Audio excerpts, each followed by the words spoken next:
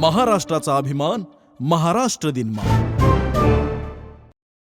केंद्र सरकारला उशिरा का होईना शहाणपण सुचलं म्हणायचं.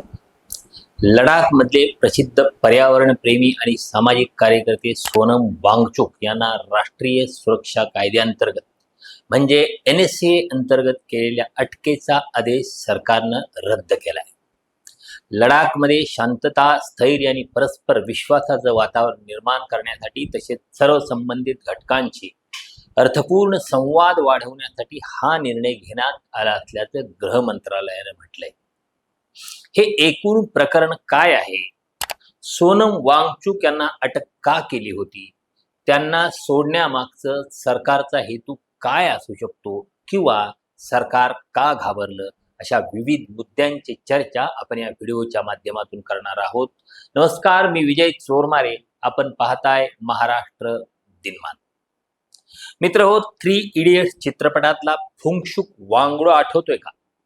जो सिस्टीमला प्रश्न विचारतो, निसर्गाशी जुळवून घेणारे उपाय शोधतो आणि शिक्षणाची नवी वाट दाखवतो. आमिर खाननं साकारलेली ती फुंगशुक वांगडूची व्यक्तिरेखा ज्याच्यावरून घेतली होती ती व्यक्ती म्हणजे सोनम वांगचुक. त्यांच्या संदर्भातही आपण जाणून घेणार आहोत. पण आधी त्यांच्या अटकेचं प्रकरण. तर गृह मंत्रालयानं सांगितलंय की केंद्र सरकार लडाखमध्ये शांतता आणि स्थैर्य निर्माण करण्यासाठी वचनबद्ध आहे.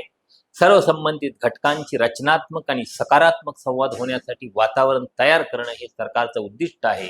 याच पार्श्वभूमीवर सखोल विचारांती सरकारनं सोनम वांगचुक यांची NSA अंतर्गत केलेली अटकेची कारवाई तात्काळ प्रभावानं रद्द करण्याचा निर्णय घेतलाय.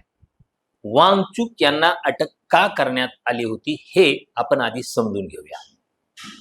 सप्टेंबर 2025 मध्ये लडाखमध्ये झालेल्या आंदोलनानंतर सोनम वांगचुक यांना NSA अंतर्गत ताब्यात घेण्यात आलं होतं. हे आंदोलन 2 प्रमुख मागण्यांसाठी होतं. लडाखला पूर्ण राज्याचा दर्जा द्यावा आणि लडाखला भारतीय राज्यघटनेच्या 6व्या अनुसूची अंतर्गत संरक्षण मिळावं. या आंदोलनादरम्यान हिंसाचार झाला होता. त्या घटनांच्या मध्ये 4 लोकांचा मृत्यू झाला. त्यामुळं प्रकरणाचं गांभीर्य वाढलं होतं. केंद्र सरकारनं असा आरोप केला होता की वांगचुक यांनी नेपाळ आणि बांगलादेशमधील आंदोलनांचा म्हणजे त्यावेळी JNG आंदोलन नेपाळ आणि बांगलादेशमध्ये झाली होती, त्या आंदोलनांचा संदर्भ देत लोकांना हिंसाचारासाठी भडकावलं. प्रत्यक्षात वस्तुस्थिती अशी होती की सोनम वांगचुक यांचं आंदोलन शांततेनं आणि अहिंसक मार्गाने सुरू होतं. त्यांनी लोकांना शांततेचं आवाहनही केलं होतं आणि तरी सुद्धा लोकांनी, विशेषतः तरुणांनी म्हणजेच JNGनं हिंसाचार केल्यामुळं व्यथित होऊन त्यांनी आंदोलन स्थगित सुद्धा केलं होतं. मात्र तरी सुद्धा सरकारनं सोनम वांगचुक यांच्यावर अटकेची कारवाई केलीच. त्यांना अटकेनंतर जोधपूरच्या मध्यवर्ती कारागृहात हलवण्यात आलं होतं. तिथं ते 5 महिने नजरकैदेत होते. हमारे अनशन के 15वें दिन ये बताते हुए बहुत दुख हो रहा है कि आज लेह शहर में कुछ बड़े पैमाने पर हिंसा और तोड़फोड़ होने लगी. कई कार्यालयों को तोड़ा गया, आग लगा दी गई और गाड़ियों को पुलिस के आग लगा दी गई. इससे पहले मैं आपको ये बताऊं कि कल यहाँ पर जो 35 दिन के अनशन पे बैठे थे उनमें से 2 लोग अस्पताल में उन्हें ले जाना पड़ा बहुत गंभीर स्थिति में. इससे लोगों में बहुत रोष जागा और आज पूरे लेह में बंद की घोषणा की गई और फिर युवा पीढ़ी हजारों की संख्या में बाहर आ गए.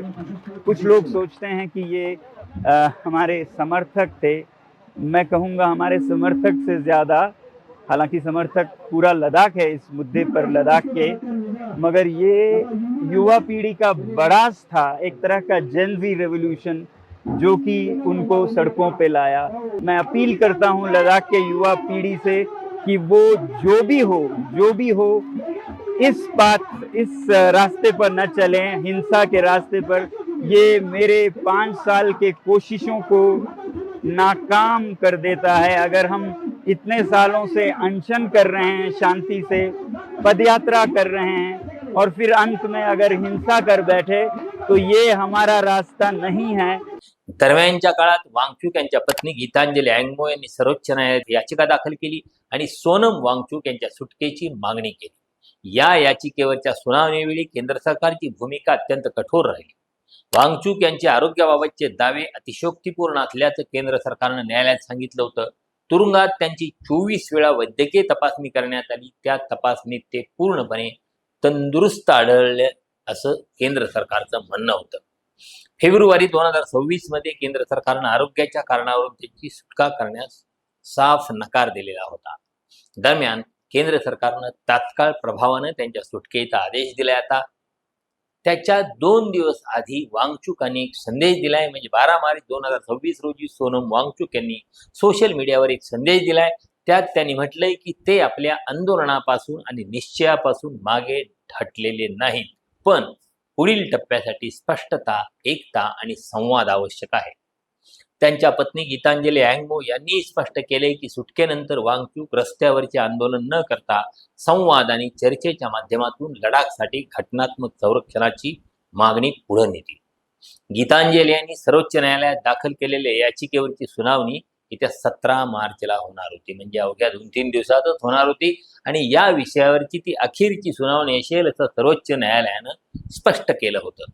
त्यावेळी सर्वोच्च न्यायालय काय निकाल देऊ शकतं याचा अंदाज घेऊनच सरकारनं नाचक्की टाळण्यासाठी हा त्यांच्या अटकेची कारवाई रद्द करण्याचा निर्णय घेतल्याचं स्पष्ट होतं। सरकार आणि लडाखमधील विविध घटकांच्या मध्ये सध्या संवाद सुरू आहे, त्या पार्श्वभूमीवर हा निर्णय घेण्यात आल्याचं सांगण्यात येतं। सोनम वांगचुक यांना लडाखमध्ये परिवर्तन घडवणारा अभियंता असं म्हटलं जातं। शिक्षण, पर्यावरण आणि स्थानिक हक्कांच्यासाठी ते अनेक वर्षे काम करतायत। त्यांच्या सुटकेमुळे आता लडाखमध्ये संवादाची नवी आशा निर्माण झाली। आंदोलनाऐवजी शांततापूर्ण चर्चेचा मार्ग स्वीकारण्याबद्दल ही चर्चा सुरू झालेली आहे। 3 इडियट्स मधला खुंगशुक वांगडू आपण पाहिलाय, प्रत्यक्षातला तो म्हणजे सोनम वांगचुक। ते लडाखचे प्रसिद्ध अभियंता, शिक्षण तज्ज्ञ आणि हवामान कार्यकर्ते आहेत। हिमालयातले नाजूक पर्यावरण आणि पाण्याच्या संकटावर त्यांनी अनेक नाविन्यपूर्ण उपाय सुचवलेले आहेत। त्यांचा सर्वात प्रसिद्ध प्रकल्प म्हणजे आईस स्तूपा। ही कल्पना त्यांनी 2013 ते 2015 दरम्यान विकसित केली होती। या तंत्रज्ञानामध्ये हिवाळ्यात वाहून जाणारं पाणी पाईपच्या सहाय्यानं उंच भागात नेलं जातं, ते थंड हवेत फवारलं जातं, त्यामुळं स्तूपाच्या आकाराचा मोठा बर्फाचा ढीग तयार होतो। उन्हाळ्यात हा बर्फ हळूहळू वितळतो आणि लाखो लिटर पाणी उपलब्ध होतं, त्यामुळं शेतीसाठी पाण्याची सोय करणं शक्य होतं। ही कल्पना पारंपरिक लडाखी हिमनदी तंत्रज्ञानावर आधारित आधुनिक रूप आहे। लडाखमध्ये सध्या अनेक ठिकाणी हा प्रयोग केला जात आहे। तसेच चिली, पाकिस्तान आणि नेपाळ यासारख्या देशामध्ये सुद्धा याचा वापर सुरू झालेला आहे। सोनम वांगचुक यांनी ऊर्जा बचत करणाऱ्या इमारतींच्या डिझाईनवर सुद्धा काम केलंय। त्यांनी 2 संस्थांच्याद्वारे हे काम पुढे नेलं, students educational and cultural movement of Ladakh आणि Himalayan institute of alternative Ladakh. या संस्थांच्या मार्फत त्यांनी मातीपासून कमी खर्चाच्या इमारती उभ्या केल्या। या इमारतींचं वैशिष्ट्य असं की बाहेर जरी तापमान -15 डिग्री सेल्सिअस असलं तरी आतलं तापमान 15 डिग्री पर्यंत म्हणजे उबदार राहतं। यासाठी सौर ऊर्जेचा वापर केला जातो, त्यामुळं जीवाश्म इंधनावर अवलंबित्व कमी होतं आणि थंड वाळवंटी भागांसाठी पर्यावरणपूरक घरांचं उत्तम मॉडेल तयार होतं। या बांधकाम प्रक्रियेत विद्यार्थीही सक्रियपणे सहभागी होतात, त्यामुळे शिक्षण आणि पर्यावरण जागरूकता एकत्र येते। हवामान बदलाविरोधातली त्यांनी आंदोलनं केलेली आहेत, म्हणजे सोनम वांगचुक यांनी हवामान बदलाबाबत जागरूकता निर्माण करण्यासाठी अनेक आंदोलनं केली। 2024 मध्ये त्यांनी 21 दिवसांचं उपोषण केलं होतं। तसेच दिल्लीपर्यंत पायी मोर्चा सुद्धा काढलेला होता। हिमालयातल्या हिमनद्या जपाव्यात, स्थानिक आदिवासी समुदायांचे हक्क सुरक्षित ठेवावेत आणि 6व्या अनुसूचीद्वारे घटनात्मक संरक्षण मिळावे, अशा त्यांच्या प्रमुख मागण्या आहेत। स्थानिक समुदायांच्यावर आधारित साधे उपाय महत्त्वाचे असतात, परंतु मोठ्या प्रमाणातील खाणकाम आणि औद्योगिक प्रकल्पांच्या पासून हिमालयाचं संरक्षण करण्यासाठी सरकारी धोरणात बदल आवश्यक असल्याचं त्यांचं मत आहे। जागतिक पातळीवरही प्रभाव म्हणजे सोनम वांगचुक यांच्या उपक्रमांच्यामुळे जगभरात पर्वतीय भागातील पाणी व्यवस्थापन आणि स्थानिक हवामान उपायांच्या बाबत चर्चा सुरू झाली. त्यांचं काम हे स्थानिक ज्ञान आणि आधुनिक विज्ञान यांचा संगम मानलं जातं. तर अशा या गांधीवादी संशोधकाला अटक हे केंद्र सरकारच्या दडपशाहीचं निदर्शक होतं. परंतु अटकेनंतर सुद्धा सोनम वांगचुक मागं हटले नाहीत. उमर खालिद आणि शर्जील इलाम यांना केंद्र सरकारनं अनेक वर्षे अन्यायकारक अटक करून तुरुंगात चळवत ठेवले. त्याचप्रमाणे सोनम वांगचुक यांना सुद्धा चिरडण्याचा सरकारचा प्रयत्न होता. परंतु सोनम वांगचुक हे लडाखचं प्रतिनिधित्व करतात. त्यांच्या मागं तिथल्या राज्याच्या जनतेची ताकद असल्यामुळं सरकारला झुकावं लागलं. शिवाय सर्वोच्च न्यायालयात झटका बसण्याची शक्यता होती ती वेगळीच. त्यामुळं सरकारनं शहाणपणा दाखवला. उमर खालिद आणि शर्जील इमाम यांच्या बाबतीत न्यायालयांचा व्यवहारी आतापर्यंत पक्षपाती राहिलेला आहे. त्याचा फायदा सरकार घेत आहे. सोनम वांगचुक यांच्या बाबतीत सरकारनं शहाणपणा दाखवला असं आजच्या काळात म्हणता येतं आणि हेही काही कमी नाही असं म्हणावं लागेल. या एकूण प्रश्नाच्या बद्दल तुम्हाला काय वाटतं? तुमची कमेंट आवर्जून लिहा. महाराष्ट्र दिनमानचं यूट्यूब चॅनल लाईक, शेअर आणि सबस्क्राईब करायला विसरू नका. धन्यवाद.